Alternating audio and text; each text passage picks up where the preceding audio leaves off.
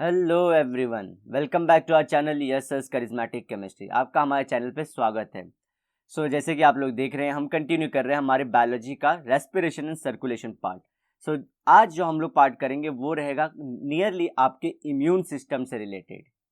Immune system से अगर आज आप ये वीडियो कंप्लीट देखते हो तो कहीं ना कहीं 40% आपका इम्यून सिस्टम का काम हो जाएगा। इसके बाद ये जो हम 40% पढ़ते हैं, इसको यहाँ वहाँ मिला जुला के बाकी बॉडी सिस्टम से पढ़ना होता है, सो दैट कि you get 100% knowledge about the immune system. Immune system क्या होता है हमारा? दैट ये सिस्टम है जो फाइट करता है किसके अगेंस्ट में? डिजीज या पैथोजेंस के अगेंस्ट में। ठीक है, ये होता है इम्यून सिस्टम। आज WBCs के बारे में हम बात करने वाले हैं। WBCs जिन्हें और क्या बोलते हैं? ल्यूकोसाइड्स। ल्यूको का मतलब होता है white, leuco means white and cytes means cell. ठीक है, तो आज आप देखोगे कि जो बचपन से हम लोग सोचते थे कि WBC एक सिंगल मॉलिक्यूल है, जस्ट लाइक इरिथ्रोसाइट्स और RBC, आज आपको पता चल जाएगा कि ये ग्रुप ऑफ छोटे छोटे बहुत सारे सेल्स का एक पार्ट है। बहुत सारे इसमें सेल्स आते हैं ऑलरेडी, तो ये कलेक्टिव नेम है। कलेक्टिव नेम है छोटे छोटे और बाकी सेल्स के लिए। तो आज आप लोग क्लियर हो जाएंगे। ल्यूकोसाइट्स आर जैसे कि colourless, nucleated and amoeboid cell. Amoeboid मतलब ये अमीबा लाइक मूवमेंट कर सकते हैं, जैसे कि अमीबा का आप लोग देखे रहेंगे। वो जो भी शेप है वो फॉलो कर सकता है। Larger than RBC। और आपको ध्यान रखिए कि जो ट्रिवियल मैटर सो कॉल्ड आप लोग बोलते हो, ट्रिवियल और फैक्ट ड्रिवन मैटर्स, आप लोग को कैसे भी करके रटना होता है। अगर आप सीरियस नीट लाइक एग्जाम या एम्बिशियस हैं डॉक्टर बनने के लिए, तो आपको बहुत सारी चीज़ें पता रहनी चाहिए। ये ना हो कि आप फंबल मार जाओ वर्ड्स पे कि कौन सेल बड़ा होता है कौन सा सेल छोटा, बिकॉज बहुत टाइम आपकी बहुत सारी बड़ी बड़ी जो सर्जरीज एंड इवन जो आपकी बोलते हैं ना पैथोलॉजी, जहाँ पे हम लोग ब्लड टेस्टिंग करते हैं, वो इसी साइज पे डिपेंड होता है कि साइज के नंबर्स क्या हैं। तो आप लोग अगर ब्लड रिपोर्ट देखे रहेंगे तो वो रेंज बताते हैं फॉर वुमेन एंड मेन। आपको अगर कभी कभी ना पैथोलॉजी लैब वाले एरर कर देते हैं, बहुत बार पाया गया इंडिया में। एवरीवन कई बार कई को हार्ट की डिजीज बता दी, लेकिन doctors because they are knowledgeable वो पकड़ पाते हैं कि नहीं हार्ट की डिजीज नहीं हो सकती। वो वापस रीटेस्ट कराते हैं, फिर पता चलता है कि नहीं इनको कुछ बीमारी थी नहीं। और ये रियलिटी आप लोग कहीं ना कहीं जरूर सुने होंगे या फेस किए होंगे। इसलिए आपको जानना जरूरी होता है कि कितने में नंबर्स में WBC RBC या कोई भी सेल होते हैं, उनकी नॉर्मल रेंज कितनी होनी चाहिए, बुखार के टाइम पे कितने वो सेल हो जाते हैं अपने नंबर में। ये सब आपको बोलते हैं ना बाय हार्ट होना चाहिए, किसी ब्लड रिपोर्ट पे आपको डिपेंडेंट नहीं होना चाहिए। और वो एरर अगर वो अपने प्रिंटिंग में कर रहे हैं, so that you can find out those errors, इतने आप कैपेबल होने चाहिए। Due to the amoeboid movement, जैसे कि मैंने अभी बताया, they can move out of the capillary walls by a process called diapedesis. Diapedesis मतलब क्या होगा? देखिए, अगर कोई सेल है तो ये हमारे जनरली कैपिलरी मतलब सेल डिवाइड होकर कैपिलरी में बनते हैं। इतना तो आप लोग पास्ट की वीडियो से हमारी जानी होंगे। तो ये क्या करते हैं, जो छोटे छोटे सेल्स बने हैं ऐसे कैपिलरीज, इनसे वो बाहर आ जाते हैं। कैसे? अमीबॉइड मूवमेंट के थ्रू। जैसे कि समझिए ये सेल का मैं अगर वॉल ड्रॉ करूं आपके लिए, समझिए कैपिलरी है और इसमें थोड़े थोड़े छोटे छोटे पोर्स हैं ऐसे। तो ये सेल यहाँ पे है, तो ये क्या करेगा? स्क्वीज आउट होगा, खुद का शेप पतला करेगा यहाँ से ऐसे, फिर यहाँ से फाइनली देखिए यहाँ से वही आए करके यहाँ से ऐसे निकल जाएगा और फाइनली बाहर आ जाएगा कैपिलरी के। ये बोलना चाह रहे हैं वो लोग। ठीक है, तो आपको याद रहना चाहिए। सेकेंड कलर चेंज कर लेता हूँ, ज़्यादा ही डार्क है।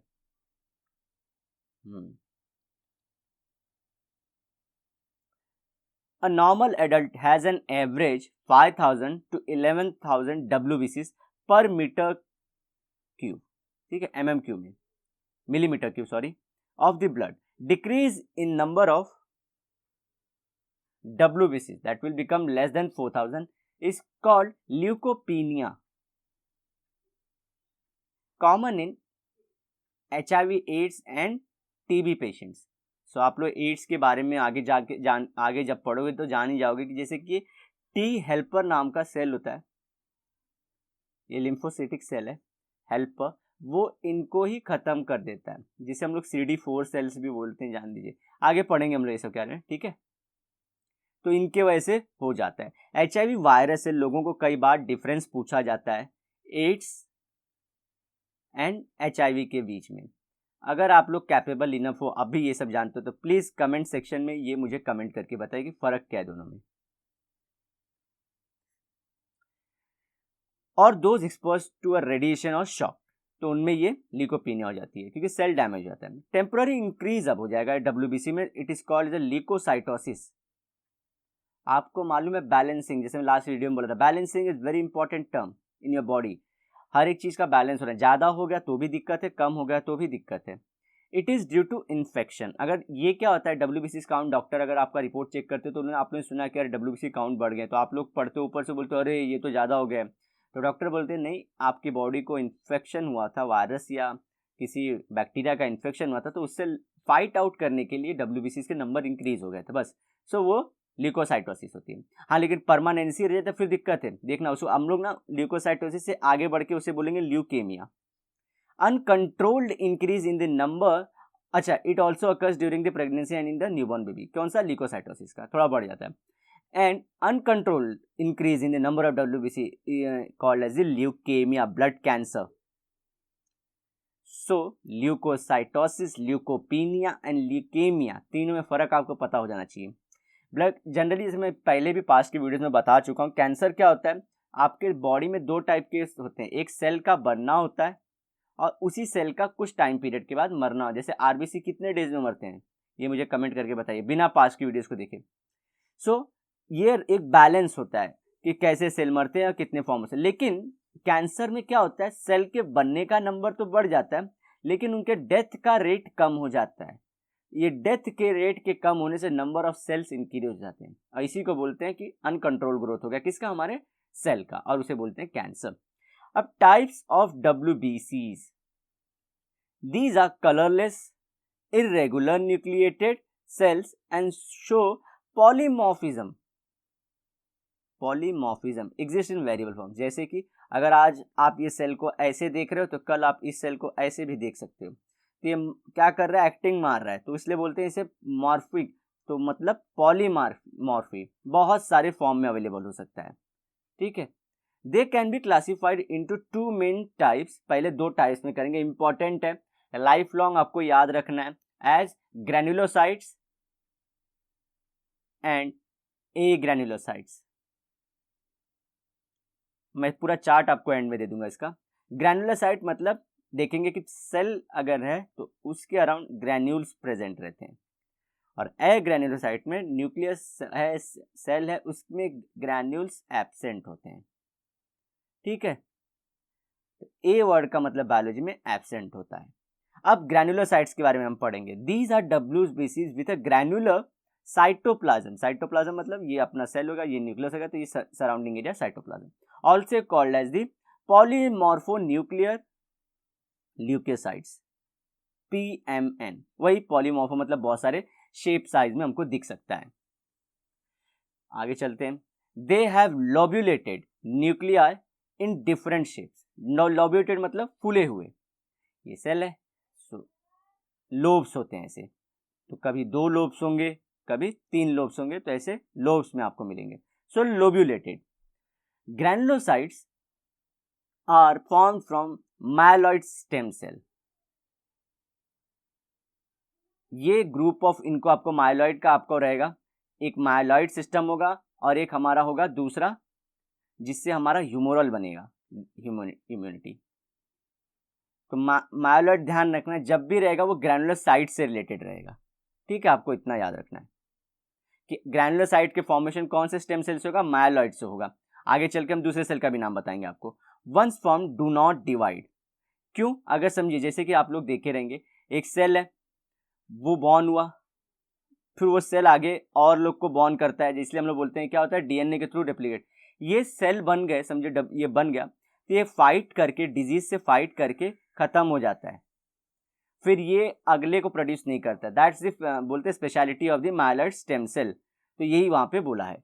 Granulocytes constitute about 72% of the total WBCs। देखिए अभी परसेंट बहुत सारे आएंगे आपको, कोई 70% दिखेंगे, कहीं 72, कहीं 28%, कहीं 1 to 4%, आपको सिर्फ इससे रिलेट करते हुए जाना है कि सबसे ज़्यादा कौन सा होता है, एटलीस्ट अगर आप याद नहीं कर सकते। तो ग्रैनुलोसाइट्स सबसे ज़्यादा होते हैं 72%। तो ए ग्रैनुलोसाइट्स कितना बचा हुआ 28% होते हैं। Simple.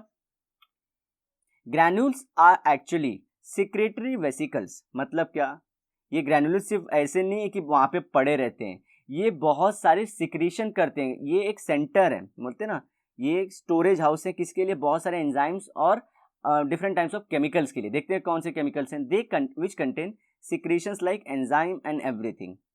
Depending upon staining property of the granules, these granulocytes are classified into three types as neutrophils, basophils and acidophils। ठीक है, तो इजी है, जैसे कि आप लोग एसिड बेस न्यूट्रल पढ़ते हो तो ये किससे स्टेन होते हैं। स्टेन मतलब अगर समझिए, अगर एसिड सोल्यूशन में डाल रहा हूँ ये सेल को किसी एसिड सोल्यूशन में, तो ये अपना कलर चेंज कर रहा है, तो इसे एसिडोफिल बोलूंगा। एसिडोफिल मतलब एसिड लवर। इसी तरह से ये कोई सेल है जिसे बेसिक सोल्यूशन में अब डाल रहा हूँ और उसने स्टेन पकड़ लिया, जो कलर था ये सोल्यूशन का, किसने, सेल ने। सेल अगर वो कलर का हो जाता है तो उसे बोलेंगे बेसोफिल्स। और न्यूट्रोफिल्स मतलब वो किसी के साथ भी दिखा देगा, ठीक है, और बहुत सारे नहीं दिखाएंगे। तो ये 3 टाइप में आपको याद रखना है। किसको हम लोग डिवाइड किया, ग्रैनुलोसाइट्स को, depending upon what, staining property से। चलते हैं अब आगे, अब देखते हैं एक एक के बारे में पढ़ेंगे।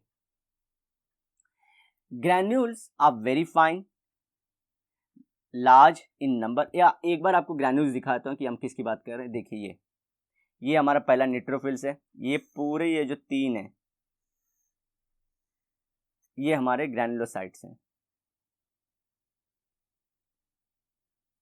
और ये हमारे ए ग्रैनुलोसाइट्स हैं,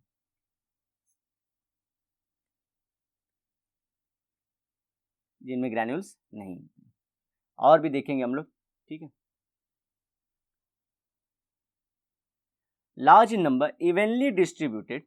कौन, जो ग्रैन्यूल्स की बात हो रही है, अगर है तो ये समझिए इनमें 2 से 7 लोब होते हैं। ऐसे लोब बनने के बाद जो ग्रैन्यूल्स हैं वो फाइन होते हैं, बहुत इवनली डिस्ट्रीब्यूटेड रहेंगे। स्टेन्ड विथ न्यूट्रल स्टेन्स, तो न्यूट्रल स्टेन जो भी रहेगा जिसमें कोई एसिड बेस ना, उससे वो स्टेन जाता है। उनको स्टेन्स को क्या बोला, डाइस को। Neutrophils are about 70% of WBC। तो अकेला न्यूट्रोफिल्स ही अगर WBC को ले 100%, तो उसमें 70% ही हो जाता है, ठीक है। तो अब आपको ये नहीं बोल रहा है ये कि ग्रैनुलोसाइट्स का 70% है, ये नहीं, ये तो WBC का 70% है, ये याद रखिए, ये फर्क है, आपको करना है। These cells are spherical, nucleus is several lobe from 2 to 7। तो मतलब क्या, जैसे कि आप लोग यहाँ पे देख रहे हैं, यहाँ पे देखिए ये 1 लोब, ये 2 लोब, ये 3 लोब, अगर ऐसे एक्सटेंड होके वो चौथा लोब भी इसी के अंदर 5वां लोब भी बना सकता है, इसलिए इसे पॉलीमॉर्फी बोलते हैं, PMN। These are able to perform amoeboid movements and phagocytosis। Phagocytosis का मतलब क्या होता है, किल करना, लेकिन ईटिंग के थ्रू बोलते हैं किल करना।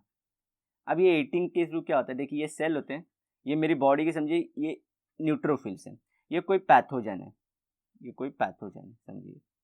तो ये क्या जाते हैं, ये इसको अप्रोच करते हैं और इसके सराउंडिंग में जाके इसको एंगल्फ करते हैं।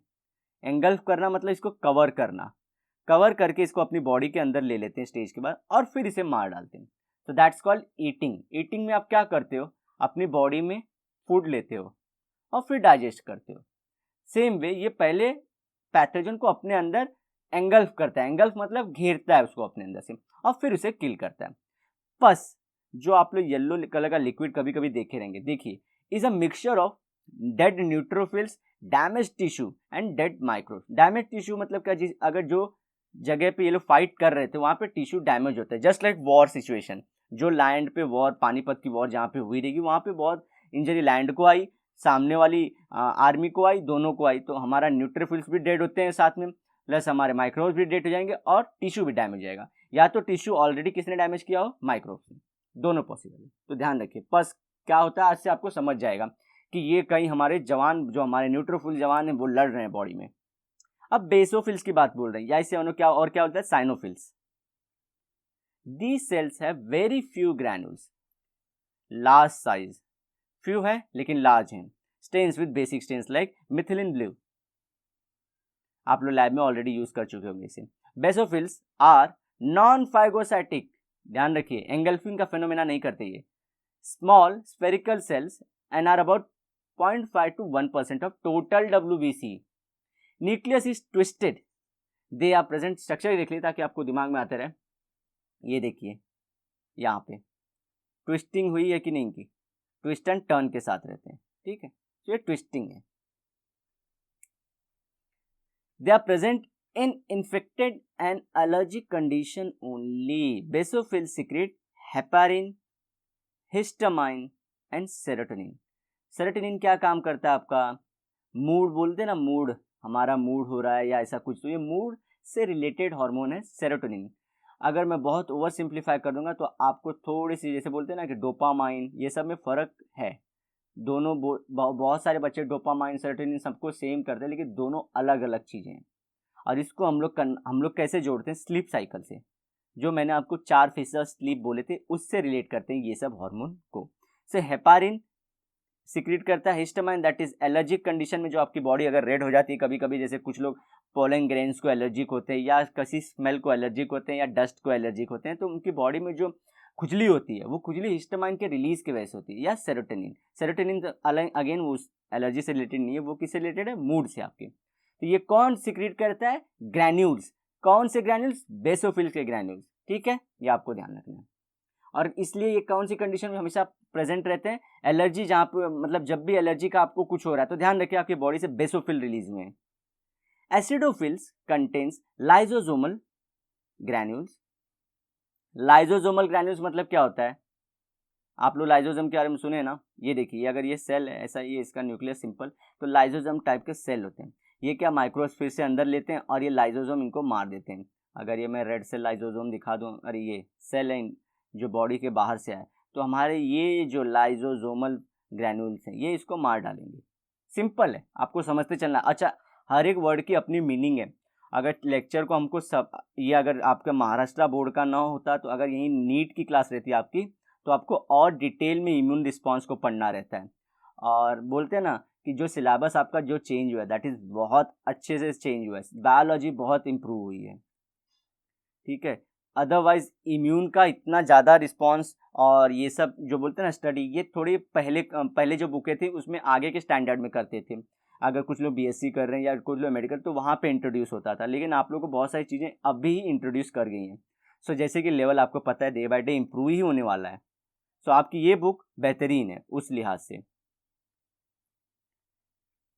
अच्छा, they are stained red colour with acidic stains like eosin, इसलिए इसका नाम क्या पड़ा, इयोसिनोफिल्स। वहाँ पे हमारा मिथिलिन ब्लू था और उसके पहले कोई भी जो हमारा बेसोफिल के पहले हमारा न्यूट्रोफिल्स था, तो उसमें हम लोग देखे थे न्यूट्रल कोई भी स्टेन वो एब्जॉर्ब कर लेता है। And they are about 1 to 3%, ऊपर वाले का 0.5 to 1%, और उससे ऊपर वाले का कितना परसेंट था, 70% था। तो जोड़ के देख लिए, टोटल तीनों का मिलाकर 72% हो गया हमारा। न्यूक्लियस इज बायलोब्ड, बायलोब मतलब दो लोब प्रेजेंट है, बाय मतलब दो। They destroy antigens antibody complex by phagocytosis, their number increase in allergic conditions and they show antihistamic property। मतलब क्या, हिस्टामाइन को सप्रेस करते हैं ये। they are also responsible for detoxification as they produce antitoxin, तो body से कोई भी टॉक्सिन निकालना है तो ये, क्योंकि लाइजोसोमल सेल्स प्रेजेंट है ना। और क्या बताना था आपको, एंटीजन एंटीबॉडी कॉम्प्लेक्स, समझिए ये आपका कोई वायरस है। अब आगे हम लोग एंटीबॉडी के बारे में भी पढ़ेंगे, तब तक के लिए अभी मैं जनरलाइज करके आपको बता देता हूँ। देखिए ये एंटीजन के अराउंड हमारी एंटीबॉडी आती है, इसका शेप पहचानती है कि इसका शेप है कैसा, और शेप पहचानने के बाद ही, ऐसा शेप पहचानने के बाद ही वो इसको डिस्ट्रॉय कर पाती है, क्योंकि इसके जो ये प्रोटीनस स्ट्रक्चर है आउटवर्ड लाइक, ये ग्रैब करता है और उसके थ्रू इसको ये रप्चर करना शुरू कर देता है। सो ये अगर एंटीजन एंटीबॉडी कॉम्प्लेक्स बन चुका है तो इसको पूरे को खत्म करने के लिए आता है। बॉडी में अब ये मार चुका है तो इनको अभी खत्म करना, क्योंकि ये टॉक्सिन्स हैं, अब ये वायरस मर चुका है ये भी, तो इनको खत्म करने के लिए आता है हमारा एसिडोफिल्स।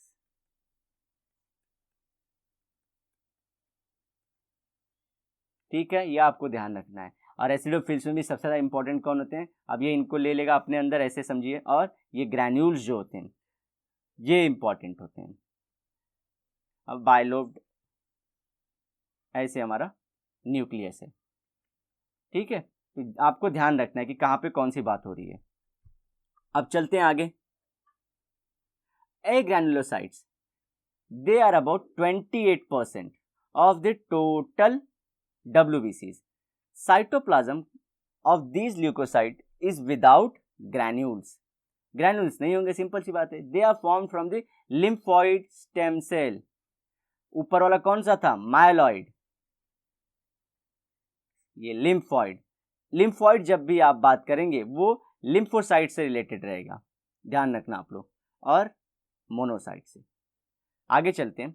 और वहीं पे माइलॉइड किससे रहेगा, हमारे ग्रैनुलोसाइट से रिलेटेड रहेगा, इतना सा आपको ध्यान रखना है। कैन डिवाइड बाय माइटोसिस, ठीक है, यहाँ पे ये डिवाइड होते हैं, ये ध्यान रखना आपको। वहीं पे हमारा जो वो सेल थे वो डिवाइड नहीं हो रहे थे, एक बार डेथ हो गया तो डेथ हो गया उनका। Nucleis of agranulocytes are large in size but are not lobulated like the granulocytes, तो लोब्स नहीं होते इनके अंदर। There are two types of granulocytes, lymphocytes and monocytes. अब लिम्फोसाइट्स बहुत इंपॉर्टेंट है, आपके इस चैप्टर में बहुत छोटा सा दिया गया है लेकिन इसका इंपॉर्टेंस बहुत ज़्यादा है हमारी बॉडी में। इवन वैक्सीनेशन जब आप सुनते हो, वैक्सीनेशन, इसमें हम इसी लिम्फोसाइटिक सिस्टम को जो रिस्पॉन्स होता है उसको यूज करते हैं। चलिए आगे बताता हूं मैं कैसे। Lymphocytes are the smallest of all WBC, ये आपको ध्यान रखना है, एक सेकेंड, ऑल WBC स्मॉलेस्ट है ये, and have a large spherical nucleus. Structure देख लीजिए एक बार, देखिए यहाँ पे, इसे रब कर देता हूँ, अब आपको विजुअल हो जाएगा कितना बड़ा न्यूक्लियस है, ठीक है। ये हमारा लिम्फोसाइट्स है। लिम्फोसाइट्स भी और टाइप में होंगे, देखेंगे आप, and they consider about 25 to 30% of total WBC. Depending upon the function, two types of lymphocytes are present. अब आता है बादशाह सबसे बड़ा, B lymphocytes and T lymphocytes. अच्छा, इन्हें B और T क्यों बोलते हैं? एक होता है सेल का प्रोडक्शन और एक होता है सेल का मैच्योरेशन। सेल प्रोडक्शन, सेल कहाँ प्रोड्यूस हो रहा, और एक होता है सेल मैच्योरेशन, सेल मैच्योर कहाँ हो रहा है, ठीक है। जैसे कई लोग हिमाचल में पैदा होते हैं लेकिन बॉर्न एंड ब्रॉटअप होते हैं दिल्ली में, इसी तरह से कई लोग यूपी में होते हैं, बॉर्न एंड ब्रॉटअप होते हैं मुंबई में, कुछ लोग साउथ में बॉर्न हुए रहते हैं, उनकी अपब्रिंगिंग कहाँ हुई रहती है, सॉरी, मुंबई में। B lymphocytes mature in bone marrow, समझ गए आप लोग, बोन मैरो आपने देखा रहेगा बहुत बार बचपन से, अगर आपकी बोन्स हैं तो इसके अंदर यहाँ पे ज़्यादा होता है। एडल्ट की बात करें, बच्चों में तो बहुत ज़्यादा रहता है, बच्चों में ये पूरे यहाँ पे पूरा भरा रहता है, ठीक है। सो मैच्योर कहाँ होता है, बोन मैरो में, जो आपके बोन्स के अंदर रहती है, and are responsible for antibody production, humoral immunity. याद कर लीजिए इसे, जितना जल्दी आप लोग अभी याद कर सकते हैं याद कर लीजिए, सब टर्मिनोलॉजी बहुत बहुत इंपॉर्टेंट है कि एंटीबॉडी प्रोडक्शन कौन होता है, बी लिम्फोसाइट्स करते हैं। बी लिम्फोसाइट्स नाम क्यों पड़ा, क्योंकि वो बोन मैरो में मैच्योर होता है। लिम्फोसाइट्स किसके पार्ट हैं, WBC के, लेकिन WBC में भी किसके, ए ग्रैनुलोसाइट्स के, ठीक है। ये ध्यान रखना है आपको, ये सब लिंकेज, और इसी को एंटीबॉडी प्रोडक्शन को ही बोलते हैं ह्यूमोरल इम्यूनिटी, ठीक है। देखो बोला था मैंने, इम्यूनिटी का पार्ट आप लोग आज जान जाओगे। It is a highly specific antigen antibody immunity. T lymphocytes mature, अब ये खत्म हो गया, T lymphocytes mature in thymus, neck के पास, and are responsible for cell mediated immunity. इसका क्या मतलब होता है, चलिए बता देता हूं, एक सेकेंड। सेल मीडिएटेड मतलब क्या, और एक दूसरा ह्यूमोरल। अगर कोई सेल डैमेज हो चुका है तो वहां पे जो इम्यूनिटी एक्ट करती है वो रहती है हमारी टी लिम्फोसाइट्स वाली, और जिसका एक्शन ब्लड के थ्रू होता है, ब्लड में जो हमारी जो बोलते हैं ना उसके थ्रू फ्लो होता है, तो वो ह्यूमोरल में आती है। समझिए फिर से, ये समझिए कोई ऑर्गन है, लीवर बना देता हूँ। अब यहाँ पे कोई टिश्यू डैमेज हुआ है, ठीक है। अब यहाँ पे जो भी एक्शन लेना होगा टिश्यू के डैमेज, वो सेल मीडिएटेड होगा। और उसका अगर सोल्यूशन ब्लड के थ्रू, ब्लड पास हो रहा है, ऐसे ब्लड पास हो रहे हैं और वो सॉल्व कर रहे हैं, तो उसे बोलेंगे ह्यूमोरल। बस इतनी सी बात है। Helper T cells, killer T cells, memory T cells and suppressor T cells are 4 main subtypes of T lymphocytes. मैंने बोला था आपको जो हेल्पर टी सेल्स होता है, हमारे HIV वायरस इसी को मार देते हैं। टी हेल्पर क्या होता है, एज सच खुद हेल्प नहीं करता, जाके मारता नहीं है, लेकिन क्या करता है, ये कैसा है, ये न्यूज़ है, खबरी है। ये क्या देखता है कि एरिया में अगर कुछ भी दिक्कत है, कोई बाहर का पैथोजन, तो पूरे जाके पूरी एरिया को बताता है, सुनो रे भाई सुनो, हमारे यहाँ प्रॉब्लम आई है, चलो चलो बहुत बड़े गुंडे आ गए हैं, लगता है कि हमारा सफाया हो जाएगा। तो ये जाके क्या बोलता है, ऊपर जो आपने ए ग्रेनुलोसाइट्स को बुलाया था ना, हमारे पढ़ा था ना, उनको बुलाता है कि चलो चलो वो जोन में दिक्कत है। तो ए ग्रेनुलोसाइट बोलते हैं ना, गाजे बाजे हथियार के साथ आते हैं और वो सेल को मारने की कोशिश करते हैं। So T helper as such बहुत इंपॉर्टेंट है, जो न्यूज़ लीक करता है। ये न्यूज़ लीकर है, कहीं भी अगर बॉडी को दिक्कत होती है तो ये न्यूज़ लीक कर देता है। और टी किलर सेल्स ये सब तो मारने के हैं। फिर मेमोरी क्या होती है, अगर एक बार सेल मर चुका है तो अगली बार अगर वो सेम सेल आया ना, तो उसको पहचान के मारने का काम कौन करता है, टी मेमोरी सेल्स, उसकी मेमोरी बना के रखते हैं। और सप्रेसर क्या होता है, जब देखते हैं कि भाई अभी तो ठीक है, हाथ पैर ही तोड़ना था, कुछ लोग मर्डर करने लग गए हैं और कुछ ज़्यादा ही मर्डर, अपने खुद के लोगों को मारना शुरू कर दिए, तो भाई सप्रेसर टी सेल क्या बोलता है कि बस करो बस करो। ये क्या रहता है, सबको सप्रेस करने का काम करता है, क्योंकि भाई मारा मारी ठीक है, हमारे सेल में ही डैमेज शुरू हो गया तो फिर तो दिक्कत है ना, मारने वाला बाहर वाले को था। तो ये बहुत इंपॉर्टेंट है। हद से ज़्यादा मुझे जितना लगता है कि चलिए इयोसिनोफिल्स और वो सब पढ़ना जरूरी है, बिकॉज एक्चुअली में ये लोग हेल्प से काम करते हैं एग्रेनुलोसाइट के ही, ग्रेनुलोसाइट से ही, उसी से काम करते हैं लोग। लेकिन एज सच पूरी बॉडी में इनका रिस्पॉन्स बहुत जरूरी है। कैसे, क्योंकि ये देख रहे हैं आपने फंक्शन जो हम लोग बोलते हैं रियल लाइफ में करते हैं, तो ये सब बहुत इंपॉर्टेंट है। और आप में जो वैक्सीनेशन करते हो तो आपके ये एंटीबॉडी जो रहती है, ये सिस्टम यूज़ करते हैं वैक्सीनेशन में आपकी बॉडी में एटीन्यूएटेड बोलते हैं या हाफ किल्ड वायरस को आपकी बॉडी में डाला जाता है। और उसके बाद उसकी मेमोरी बना के, समझिए ये शेप है उसका, ये समझिए शेप है उसका, तो हमारी एंटीबॉडीज इसका पहले शेप को गैदर करती है, उसको गैदर करने के बाद, उसको मारने के बाद वो उसकी मेमोरी क्रिएट करती है। टी मेमोरी हम लोग सुने ना अभी। सो मेमोरी क्रिएट करके रखती है। अब फ्यूचर में जब ये आता है तो इसको तुरंत मार देते हैं ये लोग, और वैक्सीनेशन इसी को बोलते हैं हम लोग। ठीक है, अब चलते हैं मोनोसाइट्स के बाद। Monocytes are the largest of all the WBCs। तो अगर लिम्फोसाइट स्मॉलेस्ट था तो मोनोसाइट सबसे बड़ा है। Its nucleus is large and bean और किडनी शेप होती है। They form 3 to 5% of WBCs। Monocytes are actively motile, मतलब मूव कर सकता है, and give rise to macrophages. Macrophages क्या होते हैं, ये भी फैगोसाइटोसिस से सबको मारते हैं, बड़े बड़े वाले मॉलिक्यूल जो फैगोसाइटोसिस से मारते हैं। They are mainly phagocytic and destroy the bacteria and dead और डैमेज टिश्यू बाय फैगोसाइटोसिस। ठीक है, याद रहना चाहिए फैगोसाइटोसिस का कुछ भी बहुत मतलब नहीं, लेकिन आपको करेक्ट मतलब जानना जरूरी होता है कि फैगोसाइटोसिस का मतलब क्या होता है। वो एंगल्फिंग का बारे में बताया ना आपको, ईटिंग सब लोग बोलते हैं eating of this cell, but eating के लिए जरूरी है एंगल्फिंग। ईटिंग फिनोमेना का मतलब क्या था, हम अपनी बॉडी के अंदर लेते हैं फिर उसे डाइजेस्ट करते हैं, दैट्स द थिंग। अब आप आते हो थ्रोम्बोसाइट्स में, ये थोड़ा सा पार्ट है इसका, सिर्फ और सिर्फ रिलेशन है, आपको याद रखना है क्लॉटिंग से, ब्लड क्लॉटिंग से। तो आपको पहले तो RBC, WBC और प्लेटलेट्स के एक जनरल नाम को आपको साइंटिफिक नाम में पहले जानना कि इयोसिनोफिल्स, अगर सॉरी एयोसिनोफिल्स बोल रहा हूँ, इरिथ्रोसाइट्स, ल्यूकोसाइट्स और थ्रोम्बोसाइट्स, ऐसे याद रखना आपको बहुत ज़रूरी है। इतना तो पहले, और इतने बेसिक क्वेश्चन भी नहीं आएंगे, बिलीव रखिए कि क्वेश्चन अच्छे लेवल के आते हैं, बहुत बड़े लेवल पे आते हैं। ये क्या पूछते हैं कि जैसे कि अगर पर्टिकुलर साइट पे कोई वायरस आ रहा है, जैसे कि मैंने आपको ये वाला बताया था ना, ये रिस्पॉन्स जो बताया था, ये रिस्पॉन्स सिस्टम, ये टाइप के क्वेश्चन पूछ लेते हैं आपके। फिर किसके बाद किसका एक्शन आता है, पहला लाइन ऑफ हमारा कंट्रोल कहाँ से होता है, कौन कौन हमारी बॉडी में पहले फेस करता है किसको, किसी भी पैथोजन को, तो वो रहता है इनेट वाला। इनेट के अंदर सब आते हैं जो हमारे पास बर्थ से हमारे पास रहता है, जैसे कि वो हमने इयोसिनोफिल्स, बेसोफिल्स और एसिडोफिल्स हमने पढ़ा ना, वो सब बर्थ से हमारे पास होते हैं। और इसके पहले भी, इनेट के पहले में भी एक जो आता है, वो बोलते हैं स्किन, जो हमारी बैरियर है, physical, chemical, biological barrier, skin पहले उसको प्रोटेक्ट करता है, that is the first barrier. उसके बाद आते हैं लोग इनेट के पास, और इनेट के पास उसके बाद से अगर उसको भी पार कर गया पैथोजन, तो आता है एक्वायर्ड इम्यूनिटी के पास।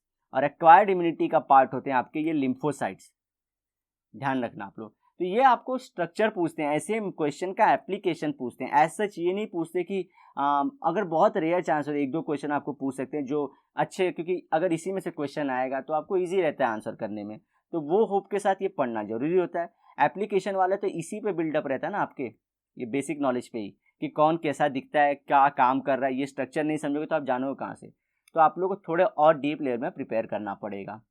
चलिए आगे बढ़ते हैं। थ्रोम्बोसाइट्स का हम जानते हैं। Thrombocytes are cellular fragments formed from the large cells called megakaryotes। ठीक है, तो मेगाकैरियोट से बने होते हैं ये कौन, हमारे थ्रोम्बोसाइट्स। मेगा मतलब बड़ा। These are produced in bone marrow, again bone marrow में ही प्रोड्यूस होते हैं। They are very small, oval shape like this, oval, sorry ज़्यादा ओवल कर दिया मैंने, like this, oval shaped cells fragmented without nucleus। देखिए यहाँ पे विदाउट न्यूक्लियस बोला है, ई न्यूक्लिएटेड नहीं बोला है। ई न्यूक्लिएटेड वर्ड आप लोग कहाँ पढ़े थे, वो सिर्फ मुझे कमेंट सेक्शन में बता दीजिए। ई न्यूक्लिएटेड का मतलब क्या होता है, पहले था बाद में गायब हो गया जब एडल्ट हुआ, तो यहाँ पे क्या एब्सेंट ही रहता है। ठीक है, normal counts of thrombocytes in human blood is about 2.5 to 4.5 lakh per millimetre cube of blood. Millimetre cube से आप क्या समझते हो, ये क्वांटिटी से आप क्या समझते हो, ये हमको क्या बताना चाहता है, आप मुझे कमेंट सेक्शन में बताओगे। If number of thrombocytes decrease than the normal, condition is called as thrombocytopenia. Penia का मतलब अभी तक आप लोग जान चुके ही होंगे, पीनिया मतलब किसी सेल का कम होना। This condition causes internal bleeding. क्यों ब्लीडिंग होगी, haemorrhage, that is a haemorrhage. देखिए इसका काम क्या था, ब्लड को क्लॉट करना। एक सेकेंड इसे क्लियर कर देता हूं, मैं बहुत सिंपलिस्टिकली आपको बताना चाह रहा हूँ। देखिए इसका काम था, ये ब्लड वेसल में ये पड़ा रहता है ऐसे, तो ये क्या करता है, थिकनिंग का काम करता है, ब्लड थिकनिंग का। अब ब्लड की थिकनिंग बनने से इसके अंदर प्रेशर बना रहता है, तो प्रेशर की वजह से क्या होता है, मूवमेंट डिसाइड रहता है, कहाँ मूवमेंट होगा, high pressure to low pressure होगा, इतना है। लेकिन अगर ये गायब हो जाए, कम हो जाए, तो हमारे ब्लड का प्रेशर क्या हो जाएगा, बहुत लो हो जाएगा, और ब्लड जहां से चाहे वहां से ऊजिंग आउट होना शुरू हो जाएगा, क्योंकि ये थिन हो चुका है ब्लड ना, थिक नहीं है, थिन है, तो ये यहाँ के नॉर्मल बॉडी वॉल से निकल सकता है।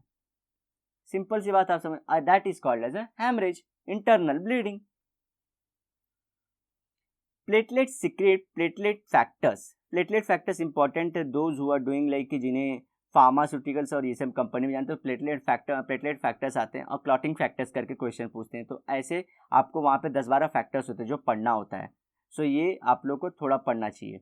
विच are essentials in blood clotting, ठीक है, प्लेटलेट फैक्टर्स और क्लॉटिंग फैक्टर्स सॉरी।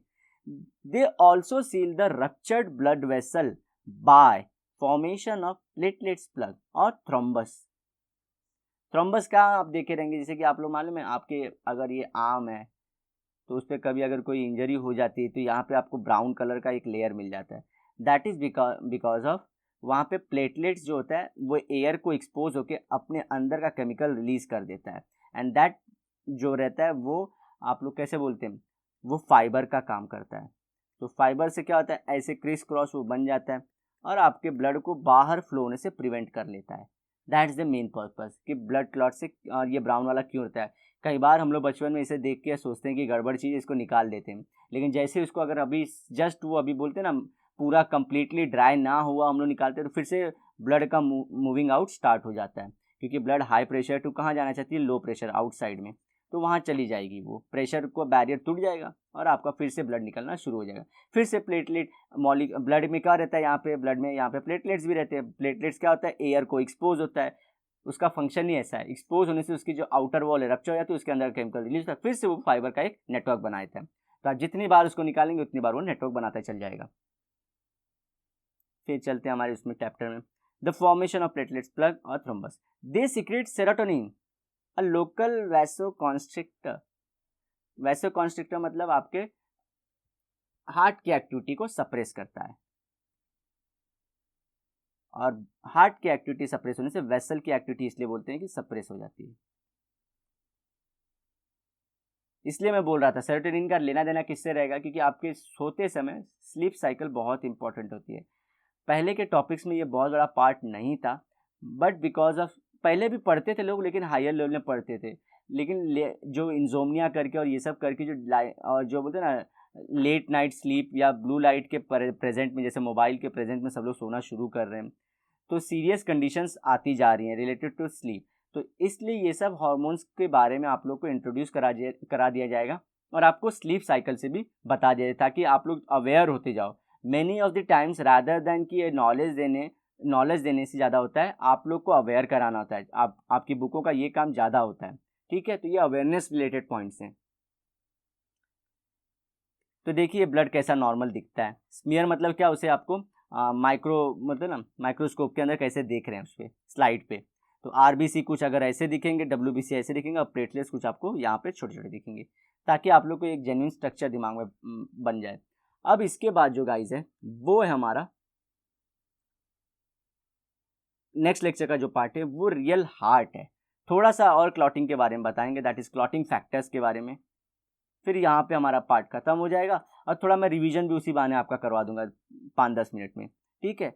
अब जो हम इतने दिन से वेट कर रहे थे कि हार्ट कैसा होता है, हाउ डज हार्ट वर्क, और उसके वेरियस लेयर्स क्यों होते हैं, क्यों बोलते हैं कार्डियक टिश्यूज अलग टिश्यूज हैं, उन्हें रिप्लिकेट करना टफ होता है, इसलिए अब तक देख पाए कि हार्ट जो बोलते हैं 3D टेक्नोलॉजी के अंदर या 3D प्रिंटिंग के अंदर हार्ट को रिप्लिकेट करने की कोशिश की जा रही है, लेकिन फिर भी हम हार्ट बना नहीं पा रहे हैं।